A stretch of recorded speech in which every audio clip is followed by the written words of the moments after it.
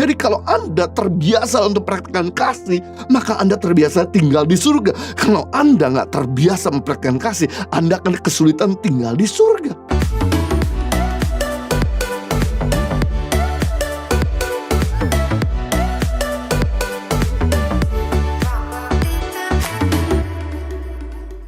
Nah, saya mau bagi kepada kita semua ada 3 makna Valentine yang sesungguhnya yang kita perlu renungkan pada minggu-minggu ini dan bulan-bulan ini. Yang pertama, kasih sayang itu harus diperagakan. Kasih itu harus dinyatakan. 1 Yohanes pasal 3:18, anak-anakku, kata Paulus, marilah kita mengasihi bukan dengan perkataan atau dengan lidah, tetapi dengan perbuatan dan dalam kebenaran. Kasih tidak akan menjadi nyata atau hidup jika hanya sebatas di perkataan saja atau di lidah saja. Kasih tidak akan menjadi nyata jika tidak disertai dengan perbuatan. Kasih akan menjadi nyata atau hidup berdampak jika kita praktekkan, jika kita wujudkan, jika kita lakukan. Pengampunan tidak akan menjadi nyata jika hanya sebatas di perkataan. Ini baru 50% pengampunan atau separuh perjalanan pengampunan. Pengampunan harus disertai dengan perbuatan. Ini namanya 100% pengampunan. Setelah Yesus berdoa di Taman Getsemani, Yesus dikepung sama penyamuk dan mereka memaki-maki Yesus.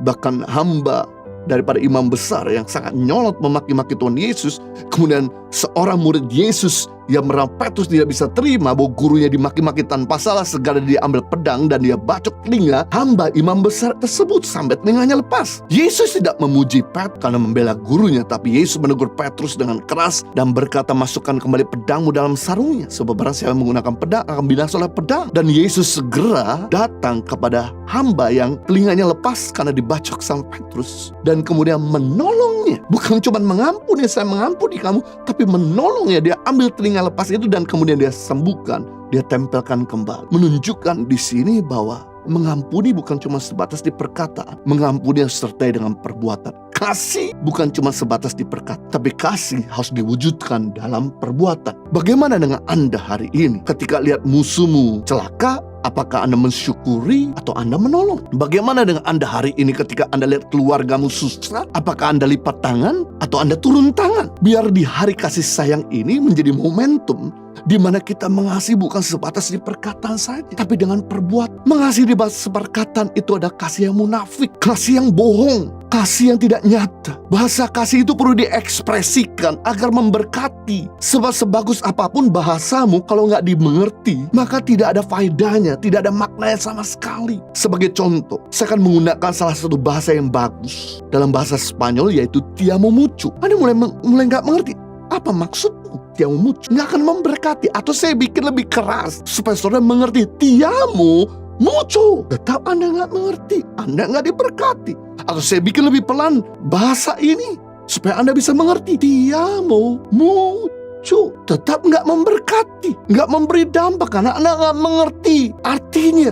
Tapi kalau saya terjemahkan dengan bahasa yang mudah dimengerti, te amo mucho artinya I love you, saya mengasihimu, maka ini akan memberkati. Jadi bahasa kasih itu harus bisa dimengerti dengan cara dipraktekkan. Ini adalah bahasa universal. Orang yang beda bahasa dengan kita, beda negara dengan kita, bahkan orang yang cacat sekalipun, disable sekalipun, ketika kita mempraktekkan kasih, dia mengerti bahwa kita mengasihi dia. Dan ternyata bahasa kasih adalah bahasa surga. Di surga kita tidak menggunakan bahasa roh. Bahasa roh kan berhenti. Di surga kita mungkin nggak menggunakan bahasa Indonesia, itu bahasa Inggris, bahasa internasional. Tapi di surga kita akan menggunakan bahasa kasih.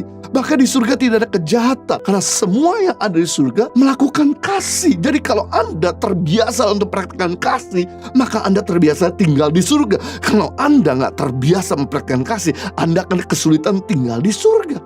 Impact Community Indonesia telah mengadakan 3 kali ibadah setiap hari Minggu, pukul 9 waktu Indonesia Barat, pukul 11 waktu Indonesia Barat, dan pukul 13 waktu Indonesia Barat di MOI, Mall of Indonesia Kelapa Gading, lantai P3.